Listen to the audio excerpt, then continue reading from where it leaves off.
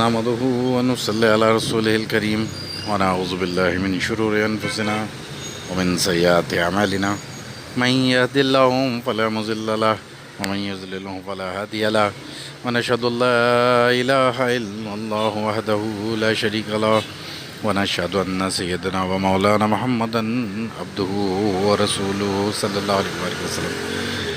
قال الله تعالى تعرف في وجوههم نظرة النعيم. صدق اللہ العظیم. جی دوستوں، کیسے ہیں ہم سب لوگ؟ دوستوں، اللہ پاک رب العزت نے بیان فرمایا کہ جب ان کے چہروں کو دیکھیں گے باقی لوگ، ان کے چہروں پہ نا اطمینان ہوگا، خوشحالی ہوگی، خوشحالی کے اندر ہوں گے تو اس خوشحالی کے اثرات ان کے چہروں پہ ہوں گے. نظرۃ النعیم. تو دوستوں، یہ نظرۃ النعیم کیوں ملے گی ان کو؟ یعنی اللہ پاک نے اپنی ایک بہت بڑی نعمت کا ذکر کیا ہے. اب دیکھیں، یہ جو نظرۃ النعیم ہے نا، یہ دنیا میں بھی کئی انسانوں پہ نظر آتی ہے جو خوشحال ہوں، جو صحت جن کی اچھی ہو، جو دلی طور پر اطمینان کے اندر ہوں، تو اکثر ان پہ بھی نظر آ جاتی ہے نظرۃ النعیم. اور جب سے انسان پیدا ہوا ہے نا، وہ اس نظرۃ النعیم کو پانے کی کوشش کر رہا ہے. اب 2000 سال پرانے فلاسفرز کو دیکھ لو کہ وہ کس کی بات کریں، افلاطون کی کر لیتے ہیں، پلیٹو. تو جو کچھ بھی وہ کہہ رہا ہے تو اصل مقصد اس فلاسفی کا کیا ہے؟ پلیٹو ریپبلک کیوں لکھ رہا ہے؟ وہ فلاسفر کنگ کا تصور دے رہا ہے اپنی طرف سے. تو وہ اس نظرۃ النعیم کے بھی لوگ خوشحالی حاصل ہو جائے، معاشرہ پورا کا پورا خوشحال ہو جائے، اس لیے وہ لکھ رہا ہے. اس کے بعد پھر ہم آگے آ جاتے ہیں. گوتم کی فلاسفی دیکھ لیجئے، نروانا، نجات، نظرۃ النعیم مل جائے. کن طریقوں سے ملے گی؟ وہ گوتم کے پاس تو بس ایک ہی حل ہے کہ بھئی بس ترک، سنیاس اور نردا چھوڑ دو. وہ آج بھی تاؤزم والے بیسک فلاسفی تو ان کی یہی ہے، آج بھی موجود ہیں، وہ 2000 سال پرانا مذہب. تو بہرحال اس فلاسفی کو ہر منحصی نگلیکٹ کر دیتے ہیں کہ بھئی دیکھو خدمت میں ہے. اکثر فلاسفرز جو ہیں وہ خدمت اور اچھا، کچھ فلاسفرز کیا کرتے ہیں، جیسے مارکس اوریلیس ہے وہ ایک، یا پھر کانٹ ہے، یہ لوگ آپ کے طرز زندگی کو نروانا بتاتے ہیں کہ اپنے آپ کو بہتر کر لو. نیچے جو سپر مین لاتا ہے اپنی فلاسفی کے اندر، جو اوور مین لے کر آتا ہے، اس کا مقصد بھی یہی ہے کہ بھئی اگر کوئی مذہب کی پیروی کرے یا نہ کرے تو اپنی جو اچھائی ہے نا اندر کی، اس کو تو اپنے پورا کرو، اس کو تو اعمال کے اندر لے کر آؤ.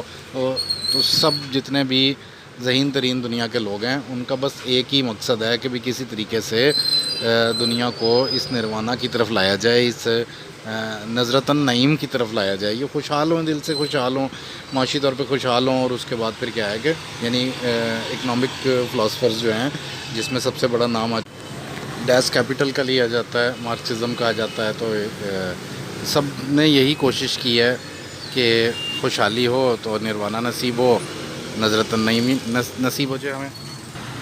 تو اب تو یہ تو ہے دنیا کی بات. یہاں پر بیان کیا ہو رہا ہے کہ تعریف فی وجوہہم نظرۃ النعیم، جو لوگ دیکھیں گے ان کے چہروں کو، کیونکہ آخرت کا ذکر ہو رہا ہے، ایک اگلے جہان کا ذکر ہو رہا ہے، تو وہ دیکھیں گے کہ ان کے چہروں کے اوپر خوشحالی کے اثرات ہیں، نعمتوں کے آثار ہیں.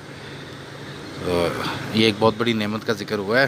اور اس کے بعد پھر اللہ پاک بیان فرماتے ہیں اللہ رائے کی انظرون، ان کو میں تختوں پہ بٹھاؤں گا. جس کو نہ میں رائی کی مختوم، میں ان کے لیے شراب بھیجوں گا، ان کو پلائی جائے گی. کون سی شراب؟ رہی کے مختوم کی شراب، جنت کی ایک شراب، ایک بڑا مشروب، وہ ختام و مسک. اس کا ڈھکنے جو ہیں وہ کستوری کے ہوں گے، مشک کے اس کے ڈھکنے بنے ہوں گے، خوشبودار.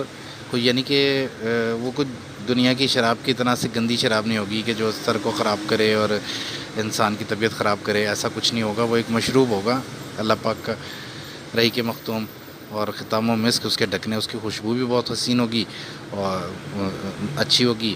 اور اس کے بعد پھر کیا ہوگا؟ وہ مزاجہم من تسنیم عین یشرب بہا المقربون. یہ اس کے ساتھ بیئر جو دی جائے گی، پانی جو ملانے والا، وہ مقربین کے جنتوں سے لا کر دیا جائے گا. یعنی ہر ایک کے پاس نہیں ہوگا، یہ خاص مقربین کی جنتوں سے وہ پانی لا کر اس میں ملایا جائے گا، جس سے اس کا ٹیسٹ اور ڈیولپ ہوگا اور زیادہ بڑھ جائے گا۔ تو اللہ پاک بیان فرماتے ہیں حل فی ذالک فلیتنافس المتنافسون، یہ ایسی زبردست چیز کے اندر تمہاری رغبت ہونی چاہیے، تمہاری چاہت ہونی چاہیے، اس کا شوق ہونا چاہیے۔ اسی طرح اللہ تعالیٰ ایک جگہ بیان فرماتے ہیں، یہ حلون من اساورا، میں ان کو نا سونے کے کنگن پہناؤں گا، یلبسون ثیابا خضرا من سندس واستبرق متکئین فیہا علی الارائک، اور پھر میں ان کو جوڑے پہناؤں گا بادشاہی، اور وہ بادشاہی جوڑے جو سبز ریشم سے بنے ہوں گے، باریک، اور اوپر گاؤن بھی اس کا ہوگا ایمبرائڈیڈ، اور سونا چاندی ہیرے جواہرات اس پہ لگے ہوں گے۔ تو اور پھر اس کے بعد بادشاہی لباس پہنا کے ان کو، ان جنت کے بادشاہوں کو میں تختوں کے اوپر، یعنی تخت کا مطلب بادشاہ کا تخت کے اوپر بٹھاؤں گا، اللہ لڑائی انظرون، اور یہ دیکھتے ہوں گے اپنے تختوں پر بیٹھ کر، ساری نعمتوں کو دیکھ رہے ہوں گے۔ تو دوستوں، اللہ پاک بیان فرماتے ہیں کہ اللہ انا کتب الابرار لفی علیین، میرے ابرار جو ہے نا نیکیوں والے، یہ علیین میں ہوں گے۔ علیین کیا ہے؟ اب یہ ایک میٹا فزیکل جگہ ہے، ہم انسان دنیا کے تو اس کا ادراک نہیں کر سکتے، اسی لیے اللہ پاک نے بیان فرمایا وما ادراک ما علیون، تم ادراک نہیں کر سکتے۔ مختلف رائے ہیں، جیسے کہ ایک رائے یہ ہے کہ 7ویں آسمان سے اوپر کوئی جگہ ہے جہاں پر یہ دفتر ہے، جہاں پر وہ کتاب اعمال جو سارے لکھے گئے ہیں نا، وہ سارے وہاں پر درج ہو رہے ہیں، وہاں پر لکھے گئے ہیں، وہ جگہ ہے۔ اور اللہ کے نبی نے بھی کچھ ایسا ہی بیان فرمایا کہ میں نے ایک جگہ نا 7ویں آسمان سے اوپر ایک قلم چلنے کی آواز سنی، وہ جگہ ہے یشہد المقربون، اور اس کی شہادت دیتے ہیں مقرب فرشتے۔ مقرب تفسیر کے اندر تو مقرب فرشتے آ رہا ہے، مقرب انسان بھی ہو سکتے ہیں جن کی ڈیوٹیاں لگی ہوں، انبیاء بھی ہو سکتے ہیں، کوئی بھی ہو سکتے ہیں۔ تو یشہد المقربون، اس کی شہادت دیتے ہیں۔ تو اب دوستوں، اس میٹا فزیکل پلیس کو ہم جان نہیں سکتے، نہ ہی ہم سجین کو جا سکتے ہیں کہ وہ 7ویں آسمان سے نیچے ایک دفتر ہے، اور وہاں پر سجین والوں کے فجور والوں کے کلّا اِنَّ کتاب الفجاری لفی سجین، اور فجور والے گناہ گار لوگوں کے وہاں پر نامہ اعمال پڑے ہوئے ہیں، وہاں پر رکھے ہوئے ہیں۔ اب یہ بھی میٹا فزیکل ہے، تو اس کا ہم ادراک نہیں کر سکتے، اللہ پاک نے ہمیں بتایا ہے، ہم اس پر یقین کرتے ہیں کہ ابھی اللہ تعالیٰ نے کہا ہے تو ایسی جگہ لازمی طور پر موجود ہوگی۔ ہم اس کا ویسے اس میٹا فزیکل پلیس کا ادراک نہیں کر سکتے ہم۔ اللہ کے نبی نے بتایا، میں تو دیکھ کے آیا ہوں، میں نے وہاں تقدیر کا قلم چلنے کی سنی ہے۔ اللہ کے نبی نے دیکھ لیا دنیا کائنات میں ایک انسان کو وہ آواز سنا دی اس قلم کے چلنے کی، نون والقلم وما یسطرون، ان سطروں کے لکھے جانے کی، تقدیر کے قلم کی، وہ اللہ کے نبی کو دکھا دیا۔ تو اب اللہ تعالیٰ پہ بھی یقین ہم کرتے ہیں، ہم اپنے نبی پاک صلی اللہ علیہ وسلم کی بات پہ بھی یقین کرتے ہیں کہ 7ویں آسمان کے بعد کوئی ایسی جگہ ہے جہاں پر وہ تقدیر کا قلم چل رہا ہے اور لکھا جا رہا ہے، اور ایک دفتر بھی وہاں پر موجود ہے جہاں پر ہمارے نامہ اعمال درج کرائے جا رہے ہیں ہر وقت۔ تو دوستوں، یشہد المقربون کے اوپر ہم تھوڑی سی بات کرتے ہیں۔ یہ نظرۃ النعیم جو حاصل ہوئی ہے، یہ جو آثار خوشحالی کے ان کے چہروں کے اوپر آئے ہیں، یہ آخر آئے کیسے ہیں؟ تو اس کا جواب ہمیں اس یشہد المقربون کے اندر ملتا ہے۔ یہ یشہد المقربون جو ہیں، یہ ہم خود بھی تو ہو سکتے ہیں، اگر ہم اس لحاظ سے اس کو سوچیں، یہ ہم انسان بھی تو ہو سکتے ہیں، جو جنتی لوگ ہیں دنیا کے اندر بھی تو ہو سکتے ہیں، گواہی دینے والے اپنی نیکیوں کی، اس لحاظ سے بھی تو ترجمہ ہم کر سکتے ہیں۔ یہ جو نیکیاں یہ جو کرامن کاتبین یعلمون ما تفعلون، یہ جو بیٹھے ہوئے لکھ رہے ہیں کرامن کاتبین، ہر وقت ہر لفظ، یہ وہ خود تھوڑی لکھ رہے ہیں، وہ تو کاپی پیسٹ کر رہے ہیں۔ ذرا سوچیں، کاپی پیسٹ نہیں کر رہے ہم، جو کچھ کر رہے ہیں، جو کچھ ان سے لکھوا رہے ہیں، جو اعمال ہمارے سے سرزد ہو رہے ہیں، بس وہ اس کو لکھے جا رہے ہیں، خود تو وہ اپنے پاس سے تو کچھ نہیں نا لکھ رہے ہیں۔ تو دوستوں، یشہد المقربون، اصل میں اس کو سمجھنے کے لیے اب ہمیں کوئی نبی جی کی ضرورت پڑ جائے گی۔ تو نبی جی کا ایک واقعہ کچھ یوں ہے کہ وہ ایک قبر پہ کھڑے ہو گئے، اور ایک قبر پر سے گزرے، قبر کے اوپر سے گزرے، تو لوگ کہنے لگے بڑا ہی برا شخص تھا، غیبتیں کرتا تھا، دھوکے دیتا تھا، تکلیفیں دیتا تھا، ظالم انسان تھا۔ اللہ کے نبی نے بیان فرمایا جہنم میں جائے گا یہ۔ تو پھر اسی راستے کے اندر ایک قبر اور آئی، وہاں سے گزرے تو لوگوں نے کہا حضور یہ تو بہت اچھا بندہ تھا، بڑا بااخلاق اور بڑا باایمان ایماندار شخص تھا، لوگوں کے ساتھ نیکی کرتا تھا۔ اللہ کے نبی نے بیان فرمایا صلی اللہ علیہ وسلم یہ جنت میں جائے گا۔ تو صحابہ حیران ہوئے، انہوں نے کہا جی کہ ایک قبر آپ کو اللہ پاک نے بتایا ہے یا کیا؟ تو اللہ کے نبی نے کیسے پتہ لگا کہ یہ جہنمی ہے یہ جنتی ہے؟ تو اللہ کے نبی نے بیان فرمایا کہ دیکھو بھائی یہ دنیا کے لوگوں کو نا اللہ پاک نے گواہ بنایا ہے، یہ وہ یشہد المقربون وہ بھی تو ہو سکتے ہیں نا جس کا ہم ذکر کر رہے ہیں۔ تو اللہ کے نبی نے بیان فرمایا کہ اللہ کے دنیا کے لوگوں کو گواہ بنایا ہے کہ جس کو لوگ کہیں گے نا کہ یہ بہت برا تھا، ہمارے ساتھ برا سلوک کرتا تھا، تو وہ اس کو وہ جہنمی ہے، اور جو لوگ کہیں گے کہ یہ تو بڑا نیک رہا ہے، ہمارے ساتھ بڑے اچھا سلوک کرتا رہا ہے، ہماری خدمت کرتا رہا ہے، تو پھر کیا ہوگا کہ یہ جنتی ہوگا۔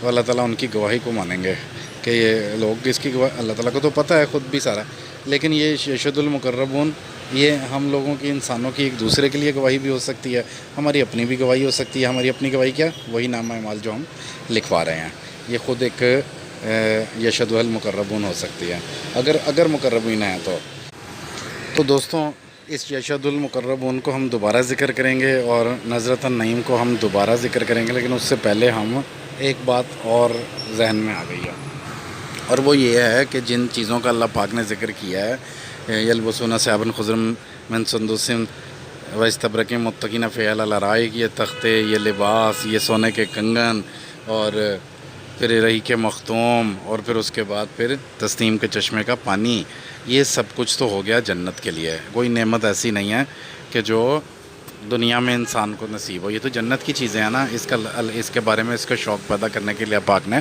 ہمیں بتایا بھی ہے ان کے بارے میں، اور بہت ساری نعمتیں بتائی ہیں اللہ پاک نے جنت کی، وزرابی و مبسوسہ و نماری و مصفوفہ، اور بہت ساری نعمتیں اللہ پاک جنت کی ہمیں بتاتے ہیں ہمارا شوق پیدا کرنے کے لیے۔ تو یہ تو نہیں مل سکتی دنیا میں، جنت جیسی چیزیں تو نہیں مل سکتی۔ ہاں یہ جو نظرۃ النعیم اللہ پاک نے بیان فرمائی ہے نا، اس کا کچھ حصہ دنیا کے لوگوں کو مل سکتا ہے۔ خوشحالی خود بخود چہرے کے اوپر نظرۃ النعیم لے آتی ہے، جس کو اللہ پاک خوشحالی دے۔ تو اور پھر اب ہم آتے ہیں دوبارہ واپس یشہد المقربون کی طرف۔ تو اس کے اندر یہ ملے گی کیسے یہ خوشحالی؟ یہ کہ دولت، پیسہ، صحت، تندرستی، ان سب چیزوں سے انسان کو اطمینان تو ملے گا، لیکن جس خوشحالی کا اللہ پاک ذکر کر رہے ہیں کہ اب انہیں کوئی غم نہیں رہا، انہیں تو اب کسی آخرت کی بھی فکر نہیں رہی ہے، کیونکہ جنت میں جا کے تو کوئی آخرت نہیں آنی۔ لیکن بہرحال یہ جو نظرۃ النعیم ہے یہ دنیا میں نصیب ہو سکتی ہے، یہ نعمت مل سکتی ہے۔ اور اب اللہ تعالیٰ کن کو یہ نعمت دیں گے؟ یہ دیں گے مقربین کو، جو اللہ تعالیٰ کے خاص لوگ ہیں، ان کے پاس یہ نعمت موجود ہوتی ہے۔ اللہ والوں کے ہاں، اللہ والوں کے پاس یہ نعمت موجود ہوتی ہے، ان کے جو مرضی حال ہوں، ان کے پاس خوشحالی ہو نہ ہو، صحت ہو نہ ہو، دنیا کے اندر ہی ان کو یہ نعمت نصیب ہو چکی ہوتی ہے۔ نظرۃ النعیم، ان کے چہروں پہ نظرۃ النعیم نظر آ رہی ہوتی ہے، ان کے دل مطمئن ہوتے ہیں، اللہ تعالیٰ کے شاکر ہوتے ہیں، اللہ تعالیٰ کی محبت میں مرے پڑے ہوتے ہیں یہ لوگ، اور ان کے جسموں سے ابرار والے کام ہو رہے ہوتے ہیں خود بخود ہی۔ ان الابرار لفی نعیم، میرے ابرار نعمتوں میں ہوں گے، آخرت میں تو نعمتوں میں ہوں گے ہی۔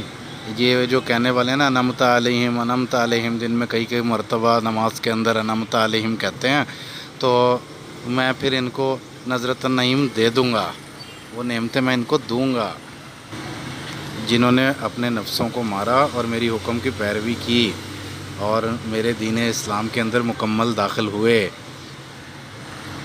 اور جن چیزوں سے میں نے روکا ان سے یہ رک گئے، اس کی طرف نہیں بڑھے، جتنی مرضی لذت تھی، جتنا مرضی ان کو مزہ آ رہا تھا اور ان کو اچھائی اور فائدہ لگ رہا تھا، اس سے یہ رک گئے۔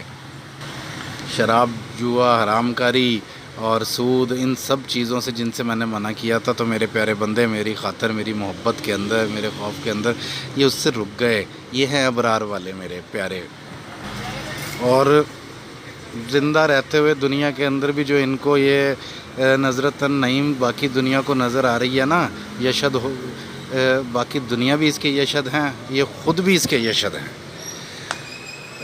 گواہی دے رہے ہیں۔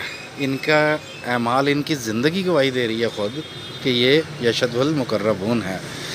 دوستوں، اللہ پاک سے دعا ہے کہ اللہ تعالی ہمیں عمل کی توفیق عطا فرمائے، اپنے دین قرآن پاک کو، اپنی باتوں کو صحیح طریقے سے سمجھنے کی توفیق عطا فرمائے۔ وآخر دعوانا ان الحمدللہ رب العالمین۔